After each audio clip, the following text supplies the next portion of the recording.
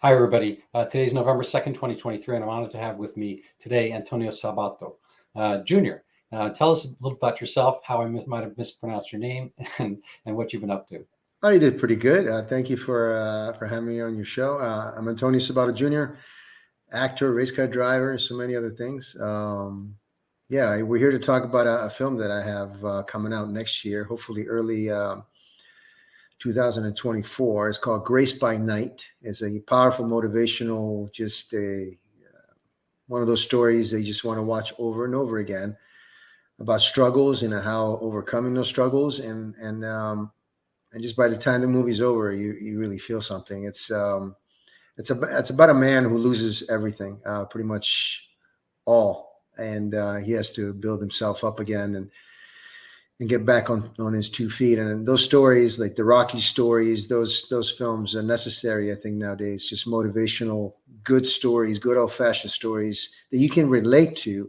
That can take you to dark places, but also at the end can also take you to the light. And it's just a very good good film, and I'm very proud of it. I produced it as well, and you look out for this film coming out next year called Grace by Night, because I'm very proud of this. It's sometimes as an actor you do a lot of projects, and I've done a lot of movies, but and you say, next one is the one, next one is the one, and this is the one. So, what's been your motivation? And I assume you're acting in it as well. Is that correct? Yeah, I'm the lead actor in this film, and I produced it as well with an amazing cast and crew. But you'll hear about this film. You will for sure. It was nominated, and we won a lot of awards so far, and the film hasn't even been out. And I've seen the film. I know the film very well, and I'm very proud of it. And it's one of those films that actors sometimes wish their entire lives for, and I had the blessing of being able to be in it on a story like this, and very powerful, very good. So, film production. I was mentioning that I'd seen Sound of Freedom some months ago, Yeah. and it's almost an underground kind of guerrilla kind of movement to get a film out that has virtue and meaning and sensibility. What did you think about that movie? A, and B, why is the road so hard to get kind of an older fashioned positive message movie out? And C, what were the roads, the hurdles and obstacles you've had in getting this? And D, have they been harder than you might have thought, and so forth? Well, to make a film, to produce a film, to raise money for a film, to cast a film, it's just really, really hard decisions. It takes time, it takes money, it takes the right people, and there's just a lot of decision making from different people, especially when you're working with studios and networks and big production companies or multi-production companies in one. So usually stories are always changed, and there's always prerogative, selfish from different people, different studio, whatever they want in film, so they change things.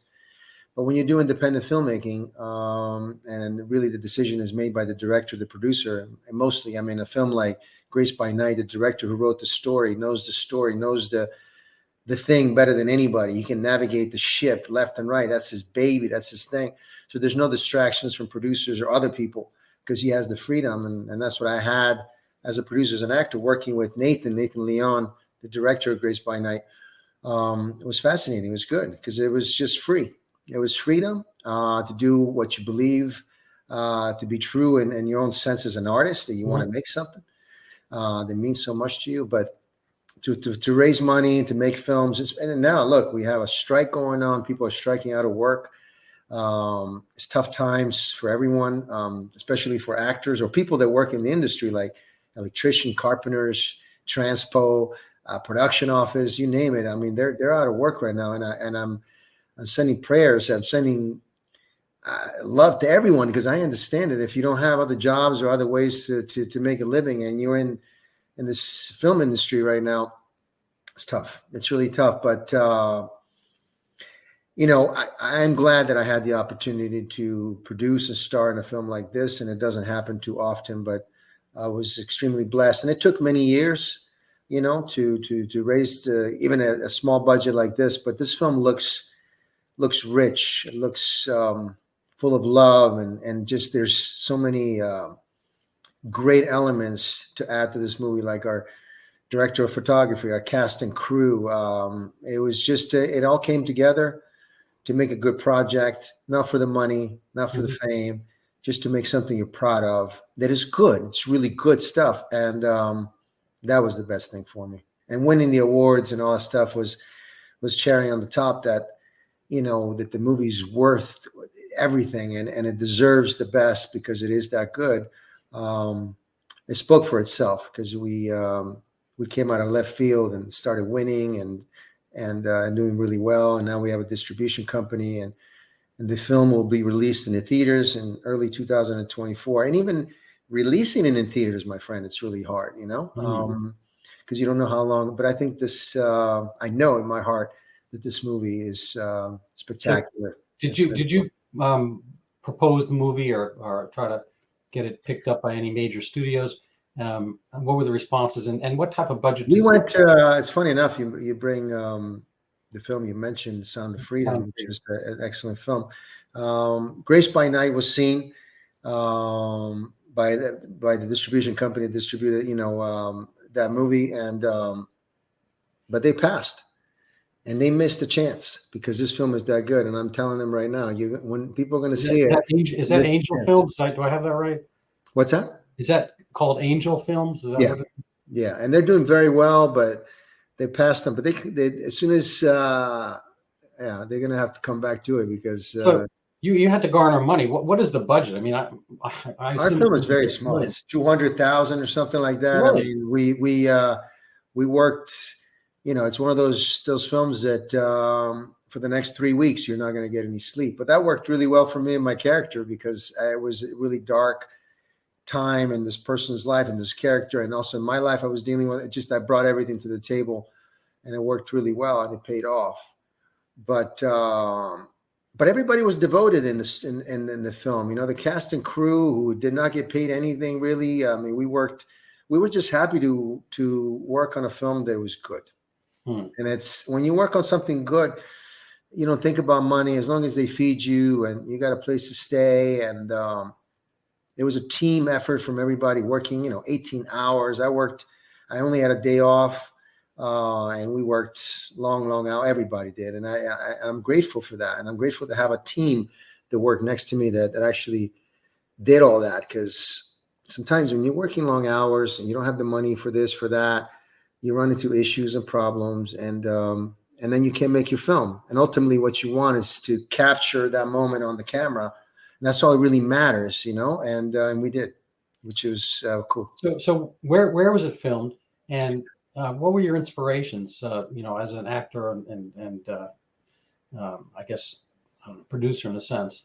Yeah, we filmed in Birmingham, Alabama, which is a great town, great folks, and they love movies. They love having productions come down, and they loved having us there, and all the local places that we got food from. They were very generous and very kind, and all the churches and the community as a whole is a great place to make movies. It really is. And also a great place to visit. Birmingham, it really is. Good folks, good American folks who love the Lord and just love movies. And I think as a producer, you run into all kinds of obstacles all the time, especially when you don't have the resources.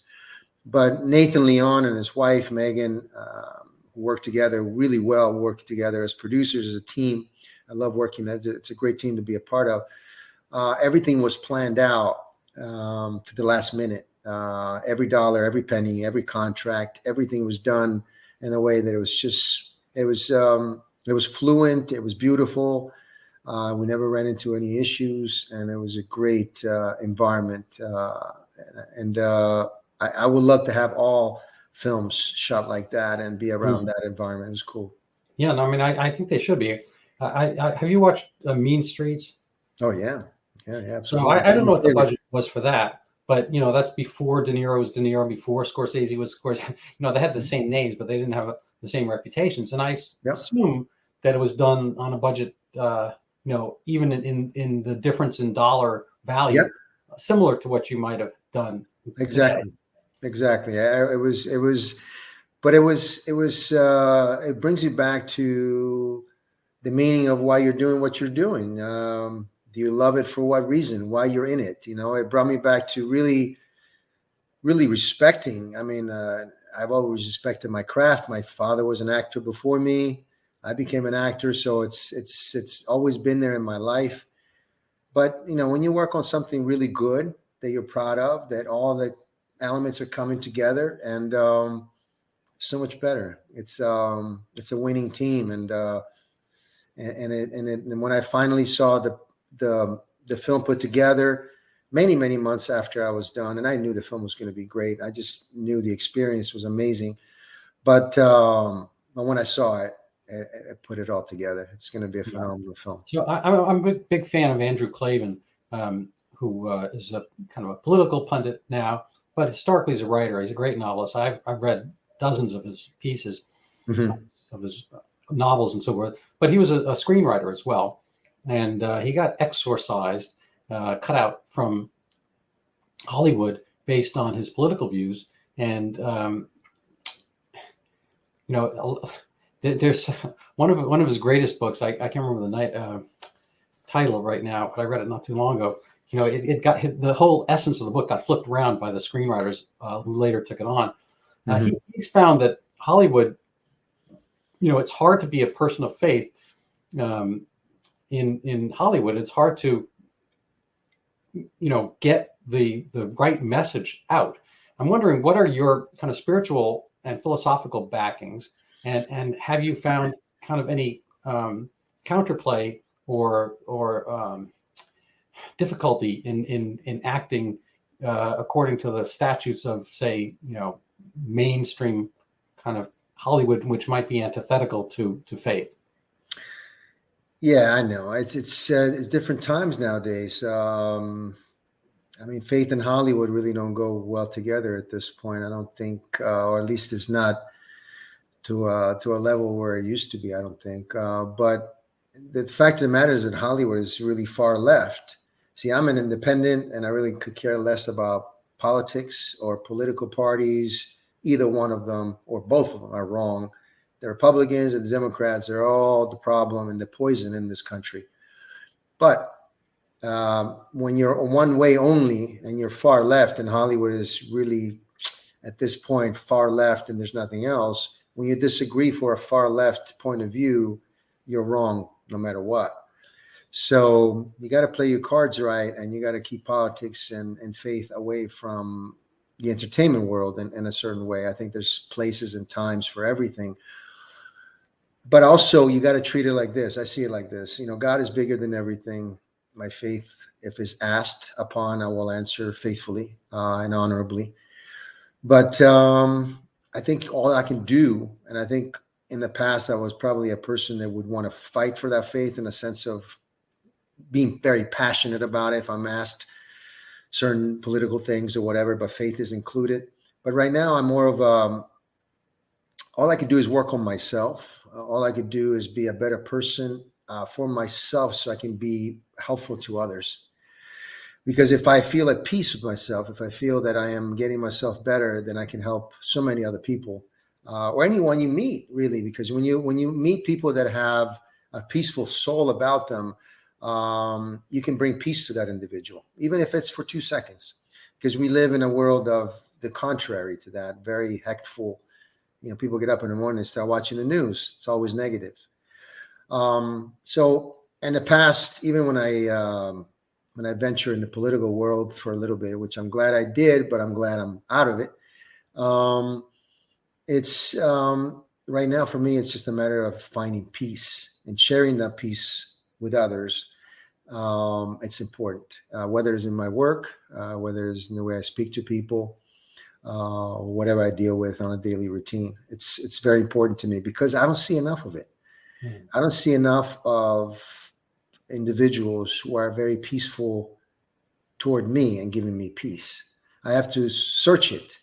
And I think we all do have to search it, but it'd be nice to see more of it because that would take you away from the turmoil of this crazy world that we live in. And the world will always be crazy because people create the issues and the problems.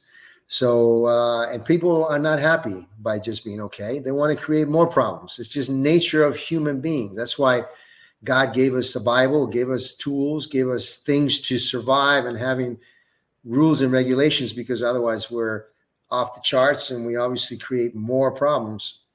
Yeah, no, But I agree. peace, There has to find be peace. I think there has to be some. I think those are wise words. I think there has to be some templating. You know, when I grew up, I read parts of the Bible and not entire, and I kind of got bogged down by the, this guy begat that guy begat this guy, and a lot of the, there's a lot of verbiage that's difficult to sift through. But over time, I find a lot of the messages are still there. I mean, the Old Testament is old. The New Testament is newer, but still old. A lot of the messages, as parables, that they're kind of tricky. A man with a goat, a red cow, the Noah's Ark, or but the messages, once you kind of pull through some of the excess, are still there. Humans, I think we still have this. We have computers around us. We have all kinds, but our own personal internal operating system is ancient, and Absolutely. we still operate on jealousies, envy, and petty differences, power, solipsism, and so forth. And I don't think the struggles, the way things play out, differ that much. And this war, this famine, the way that people kind of need the operating system for people to get together and work towards a common good, or a common better than what it was, is there, and it's ignored at one's peril. And I think that we find a lot of kind of the flipping of narratives tricky in our current day. It's somehow better to become trans. It's better to be not cis heteronormative man. Masculinity is toxic. A lot of things that are kind of promoted that are inimical to the human experiment, and I think human interactions. Anyway, so that wasn't a question. I apologize, but so the question would be for me: what type of messages are you trying to put out when you say something is good? What do you mean by that? What's the message you're hoping to have, and how do you do it? How do you make it interesting, and not necessarily in the same structure as the Bible and whatnot? How do you get the story? Of course. And there's peace in all kinds of religions. There's always peace in love and kindness. At the end of the core, what most people are trying to really share with their beliefs and faith is always, if you love this God, God loves you and you're a good person, right? What I tend to share is, as a human being, is that if I tend to live a positive life with peace in myself, and like I said, peace is the hardest thing. It's priceless. I don't care how much money you have. I don't care what you have. If you don't have peace within yourself, you'll never be content. You'll never be happy. You'll always have those things, those hurdles, that baggage, that darkness, all that will always be there. And I think life is worth having all that stuff out and having peace. Ultimately, that's what you want for yourself. That's why I think I think everyone is searching for peace in their life. And they see money with peace. They see sex with peace. They might see political stuff, their president, this, that, all that. But that's taking that away. Peace inside. And peace inside is the hardest thing to have. And if I could have that peace within myself and showcase that, then I think I can relate that there's a possibility that there's peace within yourself, that you can find whatever that is, whatever you're searching for, whatever vision you have for yourself, for your future. I tend to believe that most people see, if they could see their lives in a better place, they would see themselves peacefully, in a peaceful environment. And that's what I try to share. I think ultimately that's the goal above anything, is finding that peace. And that's important because we don't have it.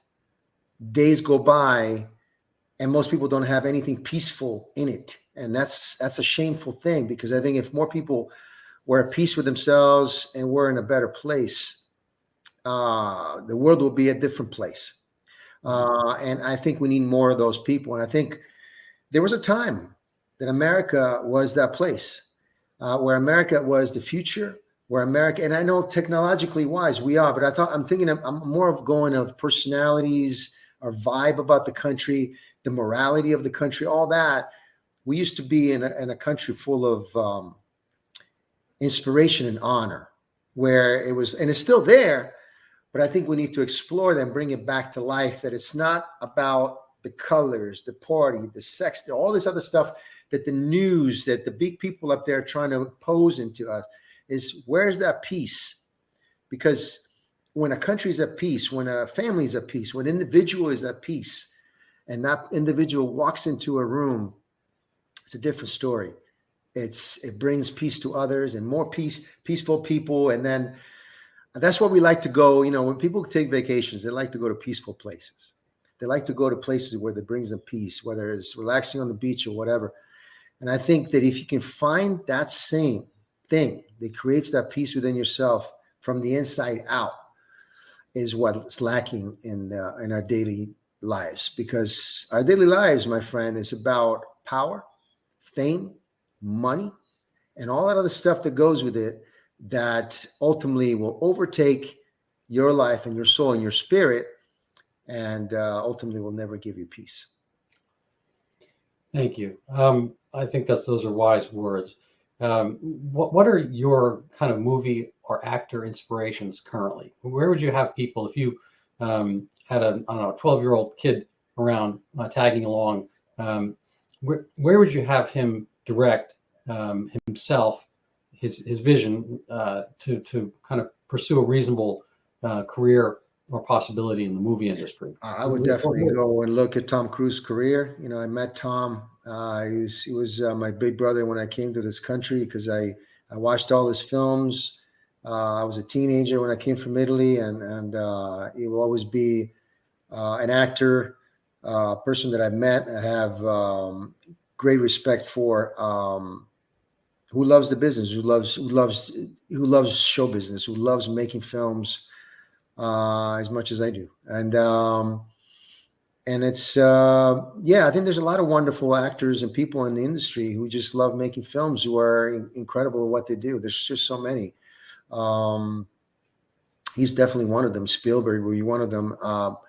I work with Spielberg as well on Earth 2, a TV show that I made a long time ago. I had the pleasure, and I'm so blessed to have the career that I've had and still have, and work for, because it's a wonderful career to have, to work on a movie set, taking away the politics, taking away the show business, taking away all that stuff that goes with it.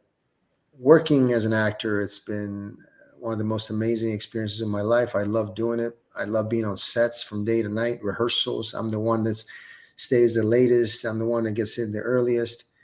And then the other passion that I have is motor racing. I love racing cars. I've been racing cars, being around motor cars, race cars of all kinds my whole life. And I'm thinking about getting back into racing in 2024. So if there's any racing team who needs a driver, call me up. I have a very excellent friend who does the same thing. He actually maybe connect you guys. He actually has a car fund as well, where he buys these amazing, unique cars and saves them for investment. But he's also a race car driver, and cars are his world. So I'm on the periphery of that. I've got another friend who collects and whatnot. But that was never my thing. I went to medical school and never did any race car driving. Did you like that Ford versus Ferrari movie? Yeah, that was a very good film with Matt Damon and Christian Bale. That was an excellent film. I enjoyed that film. Obviously, my family, I knew Enzo, I knew Ferrari. I've been associated with motor racing from Formula One all the way across the board my entire life. So I knew about those drivers. I knew about certain things that obviously were not in the film, but it was nevertheless a very good film. But the best film about race car driving will always be Grand Prix with my father in it.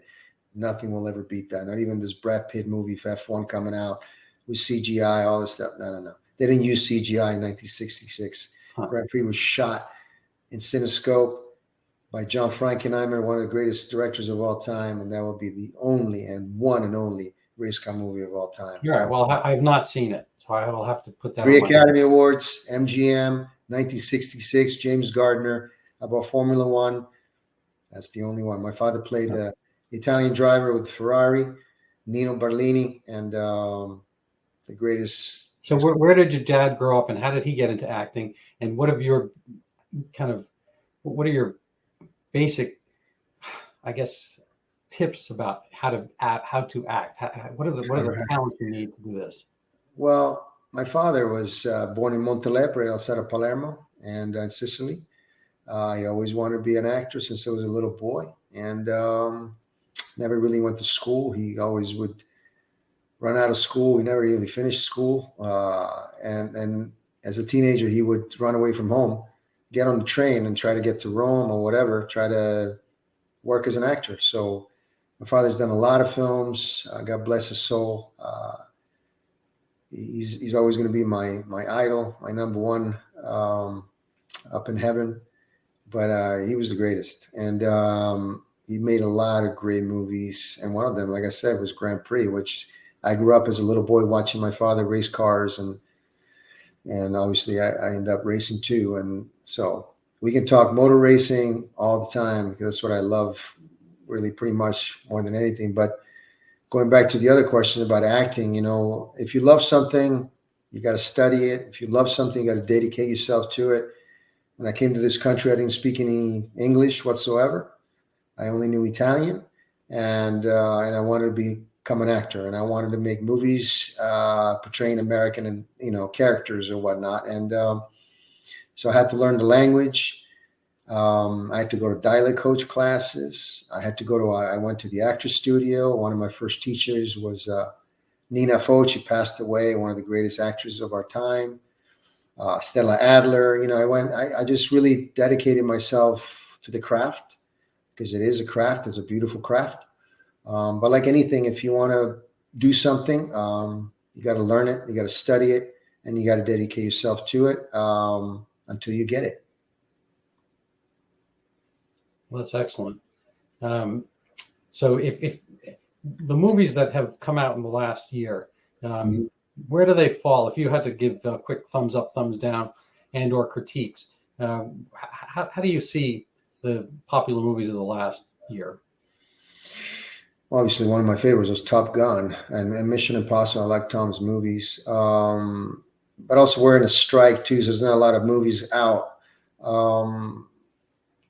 Those are the only films that I really went out to see in the last year. So I can't tell you anything else I've seen at the theaters. There's not much. There's not much going on. And it's, like I said, even with the strike now, there's even less films coming out because there's no productions going. So next award season, it's going to be tough to have any movies out there because there's not much going on. Until they finish the strike, things are going to be tough in that department. But I hope that when this is over, that we can start seeing movies again. Mm-hmm. But like I said, I haven't seen any films that I've been except Tom's movies that I've been wanting to see. I saw the one with Scorsese just recently with Leo DiCaprio. Mm-hmm. Extremely long. I don't. It was over. I tried to watch The Irishman, which was a couple of years ago. Another one that was extremely long. I tend to drift off when it's that long. I had to see it again. Believe me, it was tough, but I had to kind of see it from head because the first time it was hard to stay around to watch a film that long. I don't think they need to be that long, but that's Martin Scorsese. He can do whatever he wants. Yeah, at that point. I kind of think Mean Streets, people get away from their red origins sometimes. I watched Taxi. And they're proud of their movies, and film directors, obviously somebody like him, a legend, they, make it as, there's so much footage. And even now, because we're shooting digitally, the footage is extraordinary. It's 4, 5, 6 times as much we used to. We don't have to reload cameras anymore. Everything is shot.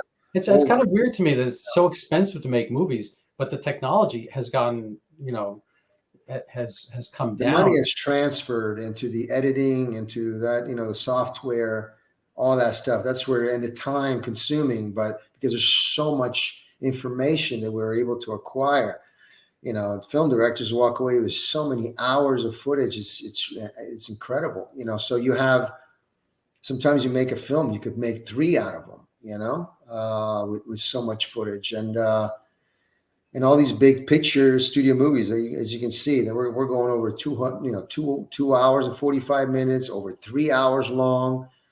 In the old days, it used to have like an intermission where you take time off to chill out and go and use the restaurant and come back. An hour and a half here, an hour and a half there. It's or even longer. But I guess and we had COVID and movie theaters were shut down for a long time and everything else. So I think the movies will never vanish. I think entertainment will always be around. We just have to kind of reinvent and keep making entertainment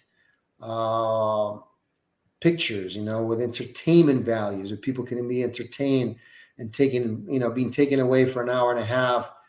And again, peace. See, I watch movies sometimes that give me peace, to give me a sense of take me away from what I'm thinking about here and bring me into this non-reality world and let me be, So I think entertainment will always give that, and we should never stop doing that. So I'm going to ask you a separate question. You mentioned race cars and acting, and a race car is mostly sitting around.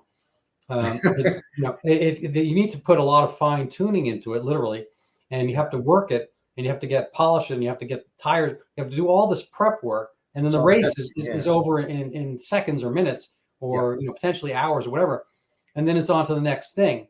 But in acting, in a way, you are the race car, because I assume there's a lot of downtime between your roles, and you have to kind of keep prepped. You can't let that race car just sit out in the rain No, you constantly have to. That's why it's good to constantly watch films, read scripts, get involved in projects that you would like to make someday, watch classic films, go back from the beginning and watch great films in the 70s and the 60s.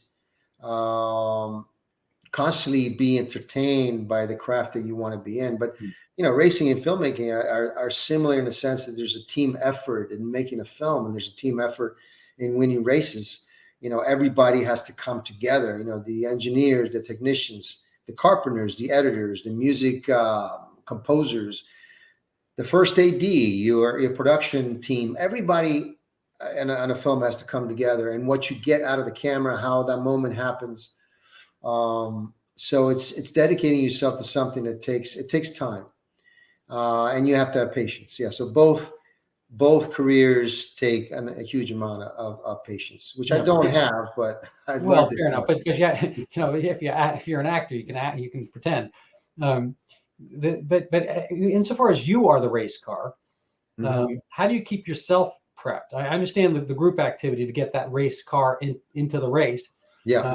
But you have to kind of maintain the tuning part of your own self. You can't get too depressed. You can't get too excited. You can't get too overweight, too out of this. I mean, I assume, unless you're going to play some overweight, depressed guy. I don't know. Like, how do you get your race car self? It goes back to how do you want to take care of yourself as a human being, from the base, from the core of who you are, and I am the person that will always have a schedule. I'm the person that will always train mentally, physically, spiritually every day, 7 days a week. I train every day, whether it's in the gym, whether it's my cardio, whether every single day, 7 days a week. I spiritually connect with my higher power every day, 7 days a week. I make my bed 7 days a week. I go to work 7 days a week. Even in my days off, I'm constantly working in my head of what my next project is, or what I need to do, or what I have to do, and how I can accomplish this dream of mine. So it's always work. I mean, I work for me is joy. It's not, most people hate their jobs, but I think work for me, and what I want to try to share with people is, if you love something, it's not work, but we call it work, right? Something you're dedicated to, a craftsman. So I'm working on my racing. I'm working on my real estate. I'm working on my acting. I'm working on this project, Grace by Night, as a producer, in the distribution company and all that other stuff. And I'm constantly working and being busy. I'm constantly training every day. I'm constantly eating right. I need to get my hours of sleep. Everything is, I'm a machine, so, and I have to spend time with my family. I have my children. I have my fiance. I have responsibility as well. So Every day is what I do is that I have a schedule that I follow and I stick to every single day. And I try to be the best I can be and try to learn. So tomorrow I can be better. And that's how I can do things. And that's how I work. That's a good message. So if you had young aspiring actors, you templating from your own life, what's the kind of pathway you would give them as Take far as care of growth? yourself. Take care of yourself first. Watch out for yourself. Put yourself first in a sense. God is first. Your spiritual God is your being, but you as a person, as an individual, in a business, especially a business as competitive as acting, because that's the most competitive business that I know. I think in the world, where you have thousands of people going for one particular job, or even more at times, where everybody wants that particular thing. And when you have it, everybody's looking at you because you have the number one on your back, and you have, everybody's after that because it's a very selfish business. So sometimes when you go in show business, you go to Hollywood and you're surrounded by all of this, you forget about why you're in it, for those reasons. Why? And you become part of the system. And sometimes the system can be overwhelming. Could be addiction to drugs, could be failure to commit with your agents, your managers. Things go wrong projects. The movie doesn't make money. Your career's over. A scandal, whatever it is. If you put yourself in a place that you're protected, that you care for yourself, you care about how things turn out, you watch for yourself, you take a second look at these projects or who you're working with. You take the time to, understand people when they're offering you things. So you know the difference. You learn as you get older and you get better. I think that would be the best thing I possibly tell someone getting off the bus on Hollywood Boulevard. I say, watch out for yourself and protect yourself at all costs. Now you mentioned Hollywood Boulevard. Are the movies always going to be Hollywood, or is there going to be kind of That's where the productions are. That's where the best creators. I mean, the best people go to LA to create, and they're phenomenal people that live and they go there, and the best of the best. Whether they shoot the movies elsewhere, it's a different story. But the film schools, the environment that you have in Los Angeles in the world of filmmaking or television, and the writers and everybody else is the best of the best. So that's where you want to learn. That's where you want to learn the craft, and you got to go down and dirty down there and see it for yourself. But certainly the best people in show business are around the Los Angeles area for sure. So if you could connect yourself with any given project or director right now, you mentioned Spielberg and you mentioned Scorsese, but amongst the kind of younger generations, I would love to work with Guy Ritchie. I love Guy Ritchie. I think he's a phenomenal director. I think he's great. He does films that I enjoy watching very, very much so. But there's a lot of great filmmakers.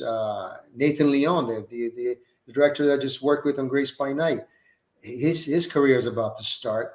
So I'm looking forward to working with him again because he's phenomenal. He's amazing. His eye, his writing, his look on life and the way he shoots, amazing. So the great thing is artistically, I think with the technology that we have now, you could possibly have the best artists of all time if you're allowed to do certain things a certain way without the distractions of studios or too many minds, as I call it, in a meeting. If you leave those minds alone and you create the project for the purpose of that project, the core of it, I think that's where you're going to see the best projects when it comes from the heart. It always, when something comes from the heart, it's true. Mm-hmm. Would you recommend acting for your children? Absolutely not. Never. But you can't keep away. My children are very stubborn as I am, as my family, all my entire family is stubborn. So if they enjoy doing it, when I was a young boy, wanted to become an actor, I asked my dad, "Hey, can I do this?